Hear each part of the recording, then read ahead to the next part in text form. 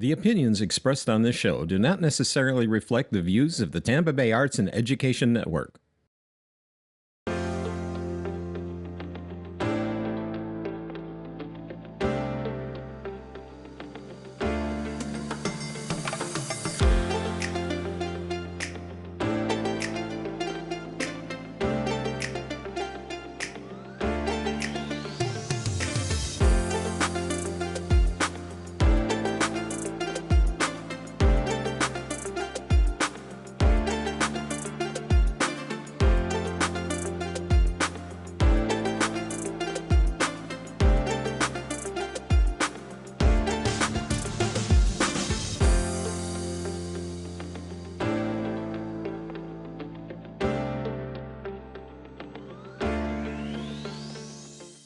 Hello everyone and welcome to Connecting with Kim here on Tampa Bay Arts and Education Network. I'm your host Kim Droege and we're so glad you joined us today because we have another great episode coming up. You know I love all my shows and I love all my people because that's what we're here for, to make living your best life in our corner of paradise, and today will be no exception. So before we get started, we'd like you to like and follow our Instagram, Facebook, and X account, because on those pages you will find everything you need to know about the show, about the guests, about their passion, their organization, whatever they're here to talk about with us today. You'll find all the information there, as well a description of my on-air wardrobe from the Spring of Tampa Bay, my sponsor for my clothes. The Spring of Tampa Bay provides safe spaces and empowering services for survivors of domestic violence and their children. And they have a brand new location where they have consolidated everything, the thrift store, the boutique, and all their services at 4415 West Osborne here in Tampa.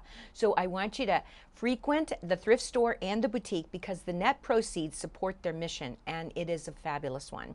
And you can also find the audio of our show on Sun Radio 96.3 FM and on your local streaming platform Monday, Wednesday, and Friday at 3:30. So you have all these wonderful ways to catch Connecting with Kim. So I'm so excited to introduce my guest today, and I'm really honored and touched that she would be with us here on such a special day. And I want to introduce you to Effie Santos, who is the founder and president of Madi's Movement, which is an organization which helps foster teens who are aging out of the system. And I am so anxious to hear about this because it's a wonderful thing that she's doing, because these teens really do need help. So Effie, welcome to Connecting with Kim. Thank you. Thanks for having me. My pleasure. So everyone who comes in starts the same way. We love it. We think it's a really good way to introduce you to our audience. And so just spend a few moments, however long you like, with kind of giving us sharing your life history, your life journey. Absolutely. Well, I was born in Toronto, Canada. My parents were actually arranged marriage there. And we moved down in Pinellas County, Florida in 1979, so I was 5 years old. Grew up in Pinellas, went to Largo High School, graduated from Largo High School, and I actually took cosmetology and got certified in my license, and I wanted to own a salon. And like a hair salon or a cosmetic salon? A business, a hair salon. Okay. I absolutely loved it. And then one of my clients was telling me that her son worked at a bank and was helping him pay for college. And so when I was 19, I got a job at Barnett Bank. And my life shifted a little bit, and I grew up the next 25 years in banking. It's a big shift. I still have my cosmetology license, do my family's hair and that, but I grew up in banking, and I never thought that's where I would be. But it was a great career, working on the retail side, commercial side, and what I loved about banking are my clients and my team and the relationships that I built. For a long time, I had wanted to start my own business. And my girls, I have 2 daughters, and I thought, let me wait till they get older before I started my own business. At the latter part of my career, I worked a lot with nonprofits and women-owned businesses. Those were my 2 passions. I knew I wanted to start my own business, so I did pause and take some time to figure out what that might be. And in 2019, I left my banking career and I had started my own business, which was called Red Root Strategies, to connect nonprofits and companies together for the alignment of their missions to better our community. So taking my banking career, helping nonprofits really build a robust business and not getting all their funding from government funding, because we have a concentration in that, things can happen. That's right. Well, you never know. And what was the name of this company again that you founded in 2019? Red Root Strategies. Okay, good. Yes. And so then COVID happened, and then March 4th, 2021, my life completely changed when my 19-year-old daughter, Madison, was in a car accident and she didn't make it. And then my life literally stopped for 2 years. Mm-hmm. And that being said, we knew we wanted to honor Madison and start a nonprofit for her. I just didn't know what that was. I was very lucky to be connected with a lot of nonprofits already. So we took about 1.5 years and we did a lot of roundtables and focus groups with nonprofits that worked with teens in foster care, teens that were aging out. We also did focus groups with the young adults that have aged out to really understand what was going on and what was not going on and where were the gaps, because we wanted to build programs and services to fill the gaps. I haven't walked those shoes, so I didn't want to make any assumptions. Right. So was this a passion of Maddie's too? Yes, this was a passion of Madison's. And a question I get often is, how did she know? How did she know at a young age? And she had friends that were in foster care at her high school. Okay. And she recognized not everyone had the same opportunities. They didn't have your home life, right? They didn't have our home life. They didn't have your home life. Yes, and she recognized Sadly. that. Yes, through her friends, and recognized we would always talk about, we don't get to choose the color of our skin, where we're born, or where we're born at. Like, we don't have those choices. No. And opportunities are not the same for everyone. Right. And so she wanted to advocate and make change. So we had many conversations. I had taken her out networking with me just to meet different attorneys. She wanted to get into law to really advocate for change for these young adults. So I wanted to carry her name out, and for me, working on Maddie's mission and Maddie's movement every single day fills my heart, and for me, it's the only way to move forward. So after we did some R&D and really developed what it was going to be and what we were going to name her organization, which is Maddie's Movement. Yep. We have been a 501c3 for 2 years this past January, but I really wanted to launch Maddie's Movement on her birthday. So on August 15th of 2023 is when her 22nd birthday was, and that's when we formally launched Maddie's Movement. I can't imagine, to be perfectly honest with you, because I don't have children of my own, I can't imagine what losing one of your children, what that could possibly feel like. And that's all I can do is imagine. I think that's all that anyone can do. Yes. But this is like her renewing every day, every year, every want to everyone. Don't you kind of look at it like that? I mean, that's kind of how I look at it. Yeah, I know she's guiding me. And when we started Maddie's Movement, I knew we had to be very clear and concise what our mission was. Right. And it was with her guidance and the conversations that we had. I found her journal that she had kept for years. And in the journal, she wrote those words. She wanted to be in child services. And she wrote this whole paragraph that said, I don't have it all together, but I have a plan to change the world. You shared that. And I thank you for sharing that, what she wrote, because I read that. And I think to myself, what a terribly mature and focused young woman she was, right? Absolutely. I mean, that's how it came across to me. I was like, I don't know if I was that way at that age. Yes. You know? Yeah. She really had a golden heart to help and just to help people and lift others up. So that's what we do every day. And talking about her each day just fills my heart, and it helps on my healing journey. I'm sure it does, because grief is a different journey for everyone. No one goes through it the same. Yes. No one experiences it the same.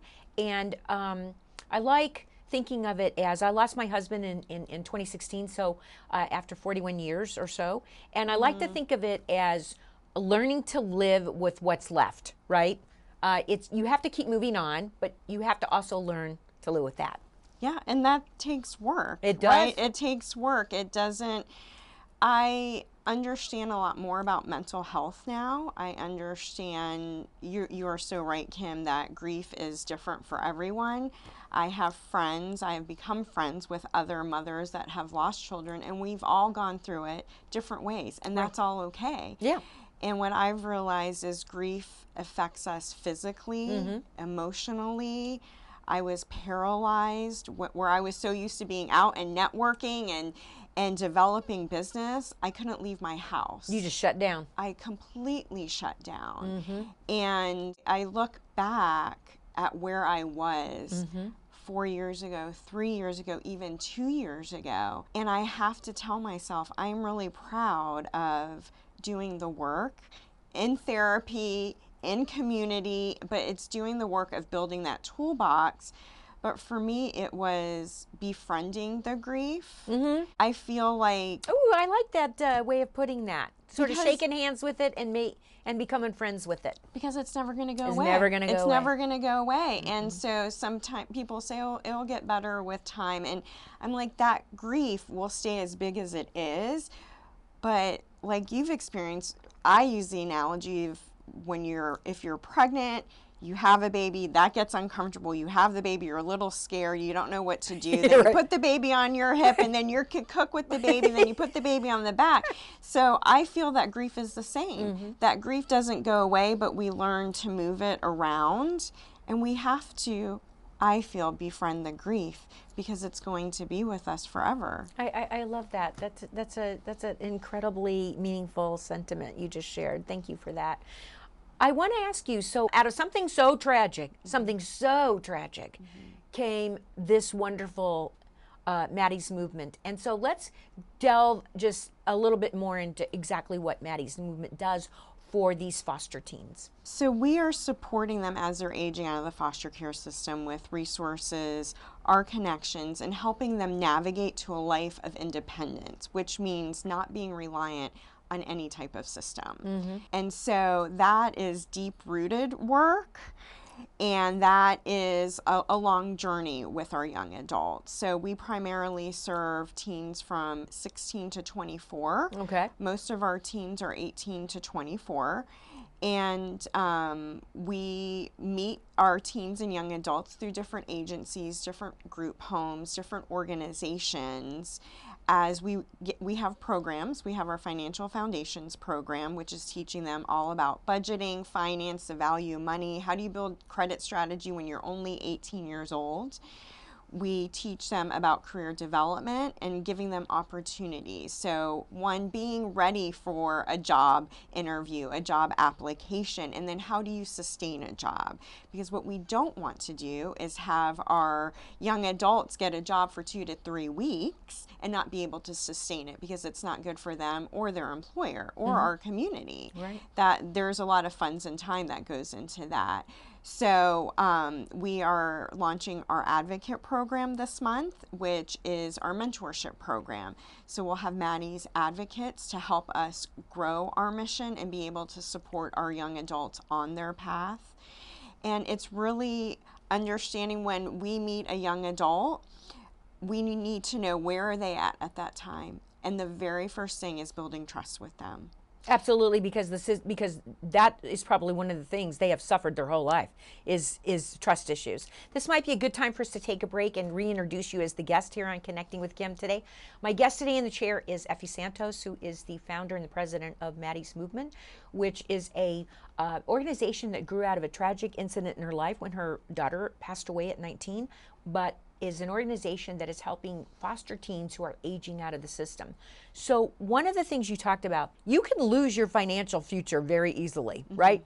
It takes a long time to build it up, but it can disappear overnight, right? Absolutely. So this is like a very important thing for these kids to understand when they're coming out of a system, no matter what kind of loving home they were in and all that, but they're coming out of the system and they're gonna be on their own and they've gotta make their own way. And because that can you could take years to repair that, right? Years. Absolutely, years. And they just don't know. They don't know. Many of our young adults have moved around 50 or 60 times. So that breaks my heart, okay, to hear that statistic.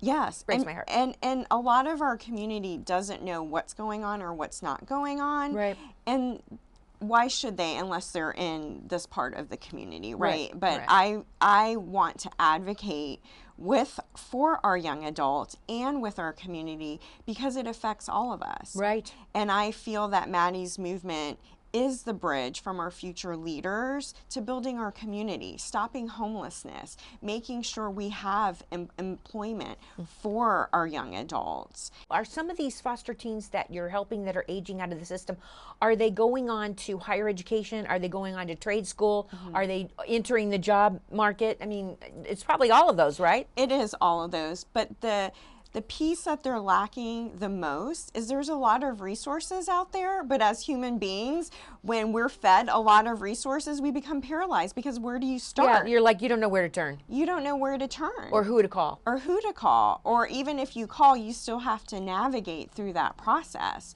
So one of the biggest pieces we bring is that navigation piece. So helping them navigate through that. So for instance, we had a young adult, she's now at FSU, but it's getting on the phone with her when she was doing her application. There was a lot of frustration. Papers went to the wrong department. So showing her and being with her, navigating that process because it was a lot. It was a lot to navigate. She's now very successful up at FSU working on her law degree up there. I received a call last year from a friend of mine that's an executive at Tampa General Hospital, and they had an employee that was sleeping in her car. This young lady did not want to share that with them. She secured a job while she was homeless for 6 months.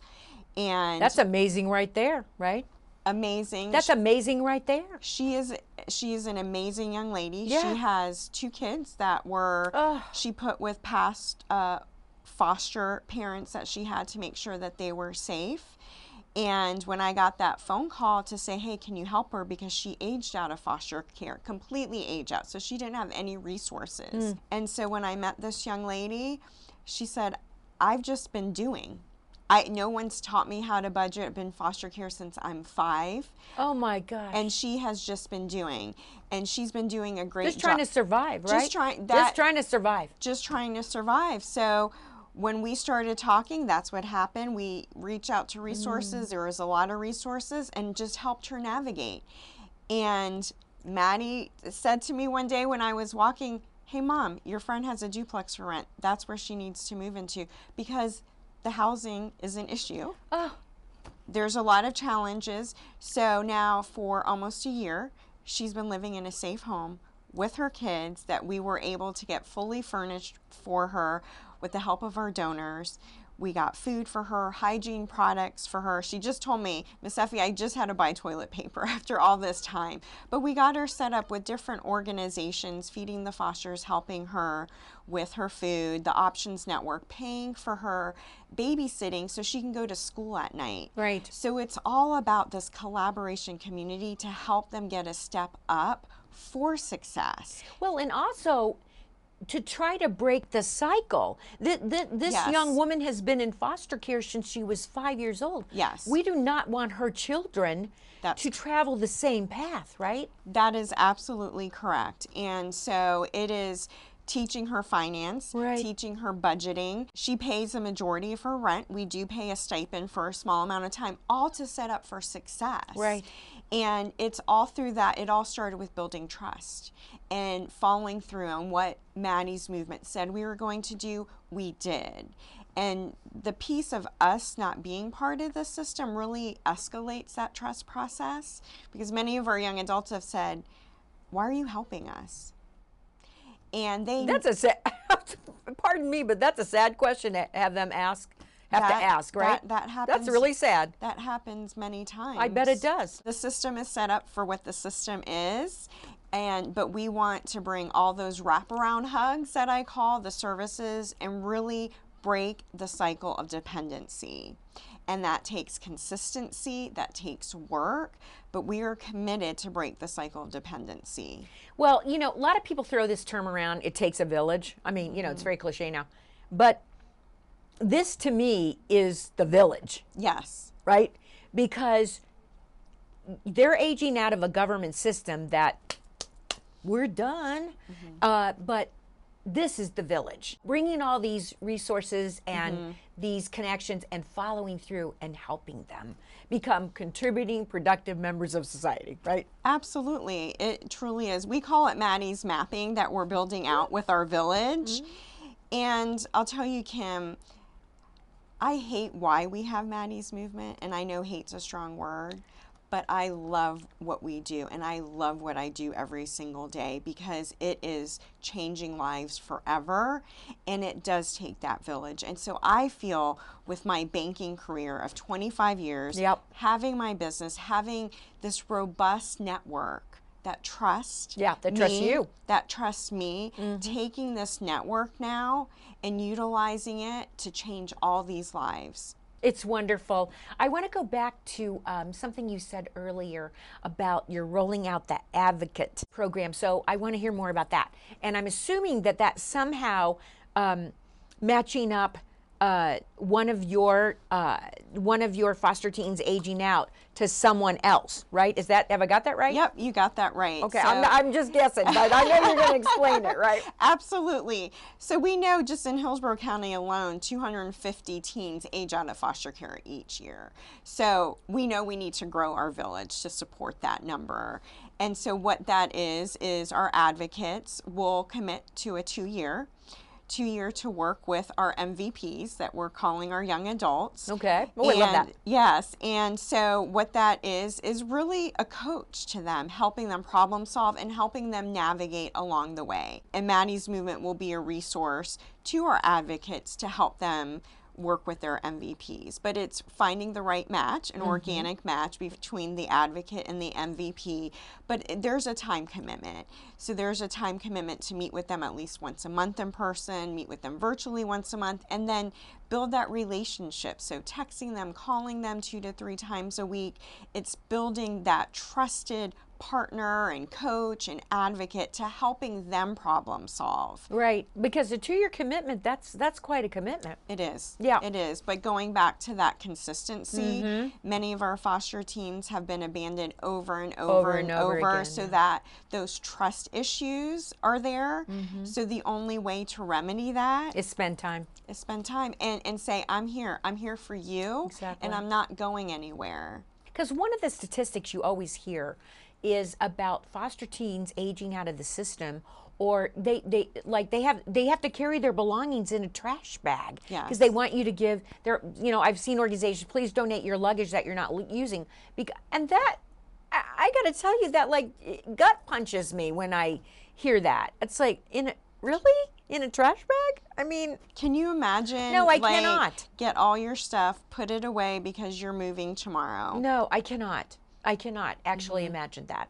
So we've got, this is so wonderful. Now you're starting out the advocate program. How many advocates do you have committed so far? I'm just curious. We have 12 advocates committed so far. Good. And so we want to start a pilot project and launch it and then grow with that as well. Okay. Because I was going back to something you said earlier too, is, when you said, you would love to put yourself out of a job actually, right? Absolutely. That would be like your dream, right? Like in the best of all worlds, right? I'm going to put myself out of a job because that means, everybody is loved and taken care of and has an opportunity. And that is one of the biggest pieces, is giving our teens an opportunity. An opportunity to live in an environment that they can live in. An opportunity to learn about different careers that they don't know about. It is, when we work with our foster teens and young adults, it is amazing. Many of them have never been to a restaurant. Many of them don't know how to order off of a menu. Many of them haven't used a computer. It is very basic skills that a lot of us just don't think about because it's second nature to us. Right. And so it is all of these stepping stones that we have to build with each one to keep them moving forward to independence. And they're all unique. So the stepping stones, while some of them may be similar, many of them are all unique. Just like we were talking about our grief journey. Everyone's grief journey is unique. Exactly. Every human being is unique. Their experiences are unique. And so we have to account for that. We have to show compassion, consistency, and knowing that we are on their team. So we talked about it before we went on air, and I want to offer you the opportunity to look into your camera and for a minute or so deliver any message you want to our watching and listening audience. I want to ask you, for Madi's movement, we have our Pathways to Employment Expo. It is a career readiness expo that's coming up here in a few months.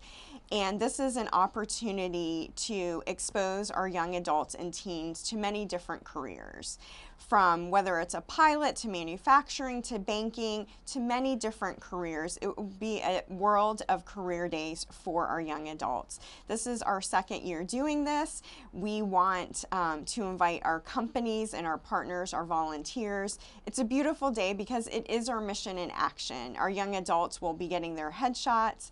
We'll be working with volunteers to build their resumes, practice interviewing, and we will have business leaders out there to share their experiences and their stories. So we would love for you to be a part of it. We always want to grow our village with our companies in the Tampa Bay area to give opportunities to our young adults. Well, Effie, I cannot thank you enough for being my guest today on Connecting with Kim, and particularly yesterday and today. I mean, it's a tough time, I know, but I appreciate you so much being with us.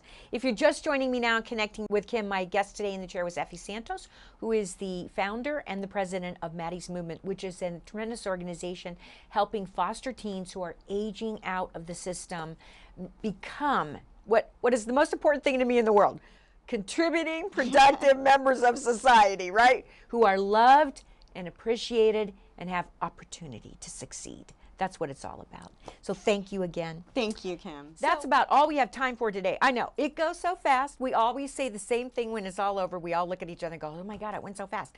But I want you to like and follow our Instagram, Facebook, and X accounts so you can find out all the information about the show and my guests and their organization. And of course, I want to give a shout out to my sponsor, the Spring of Tampa Bay, who provides safe spaces and empowering services for survivors of domestic violence and their children, for providing my on-air wardrobe, which I get to enjoy every week. So thank you. Come back next week for another edition of Connecting with Kim. So long.